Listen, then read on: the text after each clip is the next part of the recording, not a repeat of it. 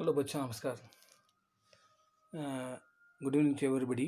Okay, இன்றைக்கி என்ன lesson பார்க்க போகிறோம்னா, அதாவது பாரத் ரத்னா விஸ்வேஸ்வரய்யா. அதாவது ராஷ்டிர பாஷாவில் அந்த இப்போ பார்த்துட்டு இருக்கிறது வந்து ப்ரோஸ், அதாவது கத்திய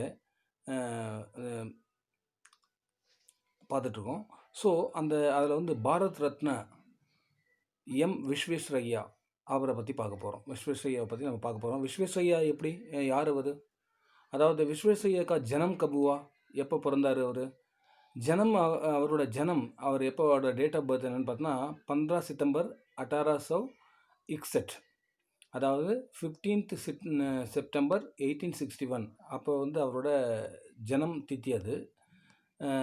கோ மைசூர் மே पैदा हुए थे. அதாவது மைசூரில் அவர் பிறந்திருக்காரு விஸ்வேஸ்வரய்யா. அப்போ பாலக் விஸ்வேஸ்வரய்யா पढ़ने लिखने में बड़े जो है तेज थे. அவர் குழந்தையாக இருந்தப்போ விஸ்வேஸ்வரய்யா அப்போயே வந்து ரொம்ப தேஜ், ரொம்ப ஃபாஸ்ட்டு, ரொம்ப தேஜ் தராட் அப்படின்னு சொல்லுவாங்க ஹிந்தியில். ரொம்ப நல்லா படிக்கக்கூடிய ஒரு குழந்தை அவர். பட்னேமே லிக்னேமே அப்படின்னா எழுத படிக்கிறதுல அவர் ரொம்ப தேஜாக இருந்திருக்காரு. பிஏ பட்னேக்கு பாது உன்னோனே இன்ஜினியரிங் கி படாய்க்கு பிஏ முடிச்சிருக்காரு. பிஏ முடித்த பிறகு அவர் இன்ஜினியரிங் படிச்சிருக்காரு. இன்ஜினியரிங் படிச்சுட்டு படாய்க்கு बाद में वे सहायक इंजीनियर के पद पर அதாவது நியுக்த் किए गए. அதுக்கப்புறம் இன்ஜினியரிங் கம்ப்ளீட் பண்ண பிறகு அவர் வந்து சகாயக் இன்ஜினியர், அதாவது சபார்டினேட்னு, சகாயக் அப்படின்னா சபார்டினேட், அதாவது அசிஸ்டண்ட் அப்படின்வாங்க இல்லையா, அசிஸ்டண்ட் இன்ஜினியராக வந்து அந்த ரேங்க்கில் வந்து 10னா ரேங்க்கு, அந்த ரேங்க்கில் வந்து நியுக்த் किए गए அப்படின்னா அப்பாயின்மெண்ட் ஆகிருக்காரு. அப்பாயின்மெண்ட் ஆகிட்டு उन्होंने अपने अनुभवों से कई राज्यों को लाभ पहुंचाया. அவர் வந்து தன்னோட எக்ஸ்பீரியன்ஸால், தன்னோட அறிவுத்திறனால் நிறைய அதாவது ரீஜனுக்கு வந்து, ரீஜன் அப்படின்னா நிறைய ராஜ்யம்ன்றதுனால நிறைய பிளேஸஸ்க்கு வந்து அவர் என்ன பண்ணுறாரு, அதாவது லாப் பहुंचाया. லாப்னா என்னது? பெனிஃபிட், அதாவது ப்ராஃபிட். பहुंचाया அப்படின்னா நிறைய பெனிஃபிட் செஞ்சுருக்காரு. விஸ்வேஸ்வரய்யா மைசூர் ராஜ்யக்கே திவான் பனே. அப்போது மைசூர் ராஜ்யத்துக்கு அவரை வந்து திவான் ஆக்கியிருக்காங்க. திவான் அப்படின்னா அவர் வந்து ஒரு ஹெட்டு, அதாவது அட்மினிஸ்ட்ரேட்டிவ் ஹெட்டாக அவர் ஆக்கியிருக்காங்க. அப்போ उन्होंने मैसूर में भारत का सबसे बड़ा बांध जो है कृष्णराज सागर का निर्माण किया. அப்போது கிருஷ்ணராஜ சாகர் அப்படின்றாங்கல்ல, கிருஷ்ணராஜ சாகர்,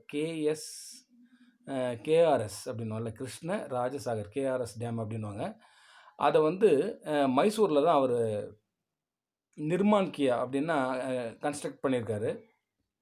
சப்சே படா, அதாவது பாரத்கே சப்சே படா பாந்த், அதாவது ஒரு டேம், அதாவது இந்தியாவிலே ரொம்ப பெரிய ஒரு டேம், அந்த கேஎஸ்ஆர் டேம் அப்படி, அதை வந்து கேஆர்எஸ் டேமு, அதை கட்டியிருக்காரு. பாத் में विश्वेश्वरैया ने कावेरी नदी के शिव समुद्रम के जल அதாவது பிரபாத் के द्वारा बिजली पैदा कराई. அப்போது அவர் என்ன பண்ணியிருக்காருன்னா, அதாவது காவேரி நதியில் வந்து சிவசமுத்திரம் அப்படின்ற இடத்துல வந்து சிவசமுத்திரம்கே ஜல் பிரபாத், அந்த ஜல் பிரபாத்னா என்ன சொல்கிறது, ஹைட்ரோ பவர் ஸ்டேஷன், அது மூலயமா என்ன சொல்லியிருக்காரு, பிஜிலி பைதா கராய், அதாவது கரண்ட் வந்து ப்ரொடியூஸ் பண்ணியிருக்காரு. அங்கே வந்து அது வந்து ஒரு டேமு, அந்த இடத்துல வந்து ஹைட்ரோ பவர் ஸ்டேஷன் போட்டு கரண்ட்டையும் ப்ரொடியூஸ் பண்ணியிருக்காரு. ஃபிர் லோஹா, कागज, चंदन का तेल, साबुन आदि अதாவது कारखानों द्वारा मैसूर राज्य को அதாவது ஸ்மிருத் பனாயா. அதாவது சம்ருத் அப்படின்னா ரொம்ப ப்ராஸ்பாரிட்டின்னு சொல்லுவாங்கள்ல, நல்லா ரொம்ப நிறைய ஃபேக்ட்ரிஸ், அதாவது மைசூர் வந்து இவரால் தான் ஃபேமஸ் ஆச்சு. அதாவது என்ன பண்ணாங்கன்னா, லோஹா இரும்பு, காகஜ் அப்படின்னா என்னது, பேப்பர், அப்புறம் சந்தன் சாண்டல், அதனோட சாண்டல் ஆயில், சாண்டல் இது சோப்பு, அதெல்லாம் பார்த்திங்கன்னா மைசூர் சாண்டல் இருக்கு இல்லையா, அது மாதிரி சோப்பு, அதுக்கப்புறம் சாபுன் அப்படின்றது சோப்பு. ஸோ அதெல்லாம் வந்து ஆதி கார்கானே, அதுக்கெலாம் நிறைய ஃபேக்ட்ரிஸ் வந்து கொண்டு வந்திருக்காரு. அந்த ஃபேக்ட்ரிஸ் துவாரா மைசூர் ராஜ்யக்கும் சம்ருத் பனாயா, அந்த மைசூர் அப்படின்ற இதே வந்து அவர் வந்து ரொம்ப ப்ராஸ்பாரிட்டி, அதாவது ரொம்ப ஒரு ஹெல்த்தியாக வெல்த்தியான ஒரு சிட்டியாக அவர் மாற்றிருக்காரு.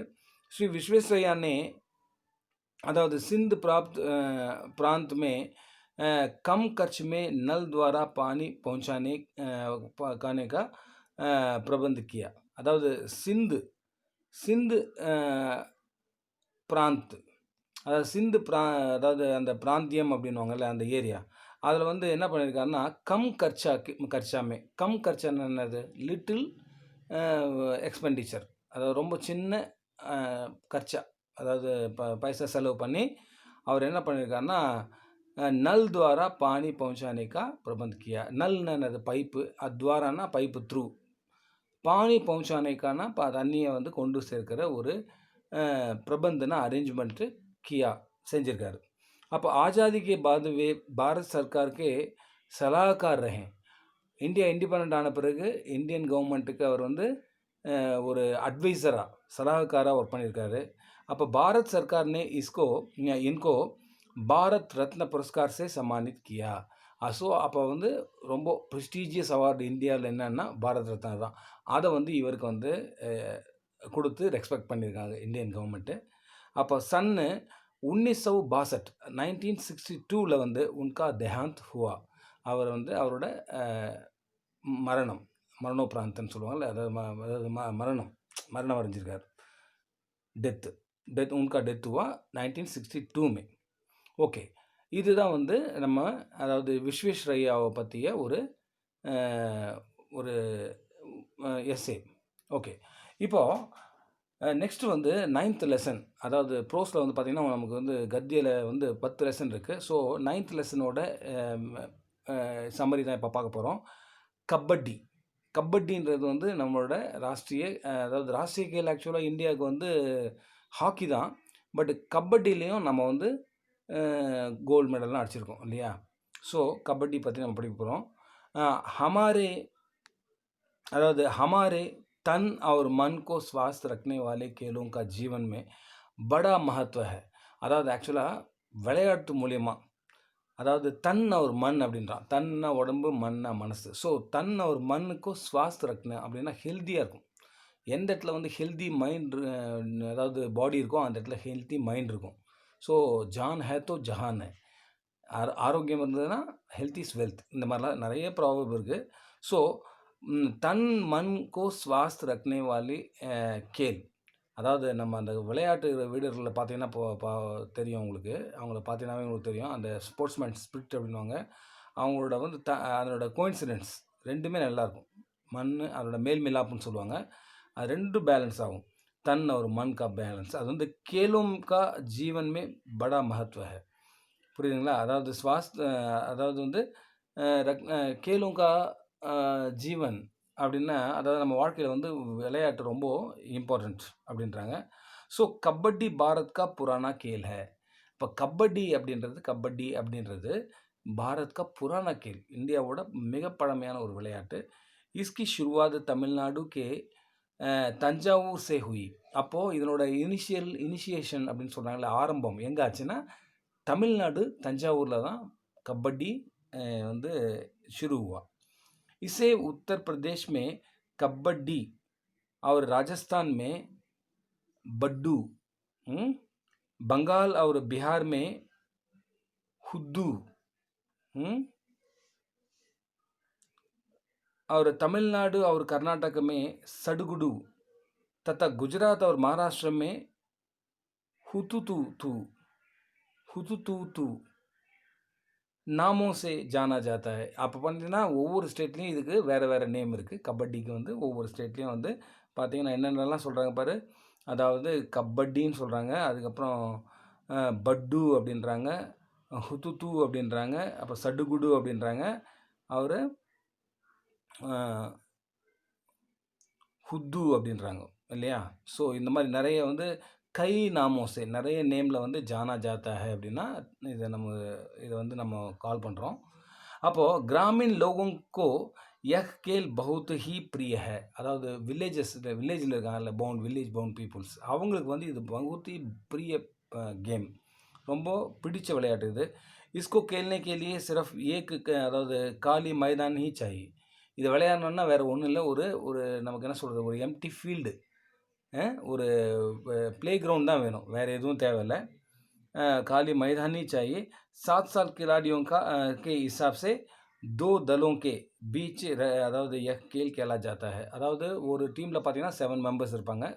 ஒரு தல் அப்படின்றாங்கல்ல, அதாவது ஒரு ஃபோர்ஸ், அதில் வந்து பார்த்தீங்கன்னா உனக்கு வந்து 7 மெம்பர்ஸ் இருப்பாங்க ஒரு டீம். அப்போ வந்து 7 மெம்பர்ஸ் இருப்பாங்க. இस खेल खेला जाता है ना இந்த விளையாட்டை விளையாடுறாங்க. அப்போ मैदान के बीच में अதாவது खींची जाने वाली एक रेखा दोनों दलों को एक दूसरे को विरुद्ध खड़ा कर देती है. அதாவது விருது கடா கர் தேத்தி அதாவது மைதானத்தில் பார்த்தீங்கன்னா அவங்க ஒரு பாக்ஸ் மாதிரி போட்டுருவாங்க. ஸோ அதில் வந்து பீச் மே ஜோ ஹை கீஞ்சி ஜானே வாலி ஏக் ரேகா அப்படின்றாங்க. அப்போ சென்டரில் வந்து ஒரு கோடு போடுறோம். அதாவது ரேகா, அதாவது கீஞ்சி ஜானே வாலி ரேகா அப்படின்னா நடுவில் போட்டு நம்ம கிழிக்கிற அந்த கோடு. அது பார்த்தீங்கன்னா அந்த கோடு வந்து அதாவது தோனும் தலும் கோ ஏக் தூசரே சே விருது கடா கர் தே. அதுதான் வந்து டீமை வந்து ரெண்டும் பிரிக்குது. இந்த ஆப்போசிட் டீம் அப்படின்னு சொல்லிட்டு 2 टीमें பிரிக்குது. பூரா खेल வந்து सिर्फ 40 मिनट तक ही चलता है. அதாவது இந்த கேம் பார்த்தீங்கன்னா வந்து 40 மினிட்ஸ் வந்து இந்த கேம் வந்து ரன் ஆகும் அப்படின்றாங்க. அதுக்கடுத்தது கபடியில் வந்து வேறு என்ன விசேஷத்தை அப்படின்னா வித்யாலயமே கபடி கேல் கா வர்ணன். அதாவது வித்யாலய் ஸ்கூல் லெவலில் வந்து ஸ்கூல்ஸில் வந்து கபடி கேலோட எப்படி இருக்குது அப்படின்றத அதை பற்றி நம்ம பார்க்க போகிறோம்.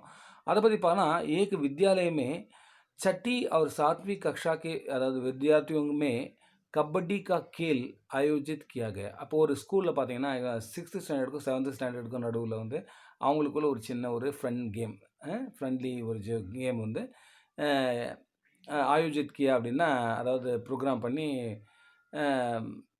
விளையாடுறாங்க. அதாவது அது வந்து அது வந்து அரேஞ்ச் பண்ணி விளையாடுறாங்க. அப்போது छठी कक्षा के दल का नाम जो है चतुर्दल. அப்போ வந்து பார்த்தீங்கன்னா ஒரு ஒவ்வொரு டீமுக்கும் ஒரு நேம் இருக்கும் இல்லையா? அப்போ வந்து 6th ஸ்டாண்டர்டோட அந்த டீம் பார்த்தீங்கன்னா அதுக்கு வந்து சத்துர்னா நான் இன்டெலிஜென்ட் தல் அப்படின்னு சொல்லிட்டு ஒரு பேர். அவர் சாத்விக் கக்ஷா கே தல் கா நாம சக்தி தல்.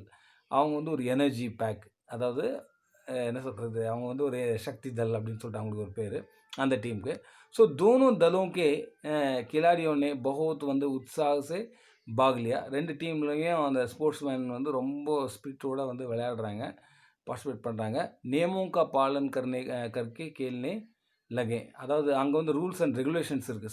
சட்டன் அதாவது நியம் கானூன் அப்படின்வாங்க, ரூல்ஸ் அண்ட் ரெகுலேஷன்ஸ். அதுக்கு அனுசார் தான் வந்து ஒரு விளையாட்டு வந்து விளையாடுவாங்க. ஸோ இவங்க வந்து விளையாடுறாங்க. அப்போ அந்துமே லாஸ்ட்டில் எண்டில் என்ன பார்த்தோன்னா சத்துர்தல் கி ஜீத் ஹோத்தி ஹை. அந்த சத்துர்தல் இருக்குல்ல அது வந்து ஜெயிச்சது. வியாயாம் சிக்ஷக்னே, அதாவது அந்த பிடி மாஸ்டர், அதை வந்து வியாயாம் சிக்ஷக் அப்படின்னா டீச்சர் இல்லையா? வியாயாம் சிக்ஷக்னா வியாயாம்னா இது கசரத், எக்ஸசைஸ். ஸோ வியாயாம் சிக்ஷக்னா யார்? PT master.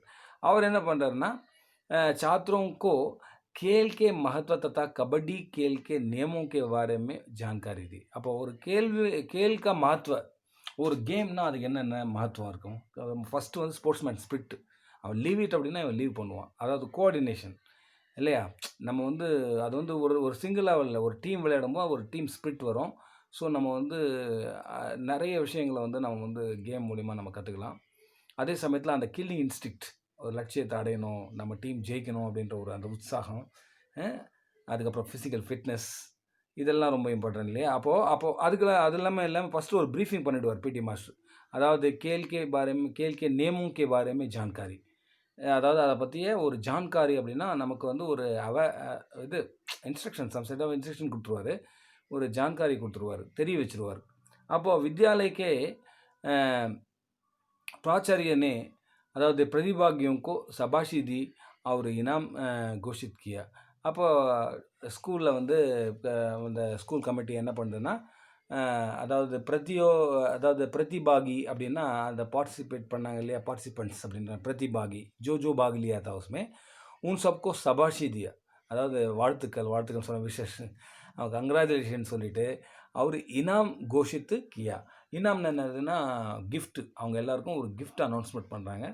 ஸோ இது வந்து இதோட நமக்கு அந்த கபடி லெசனோட அந்த எஸ்ஸே முடியுது.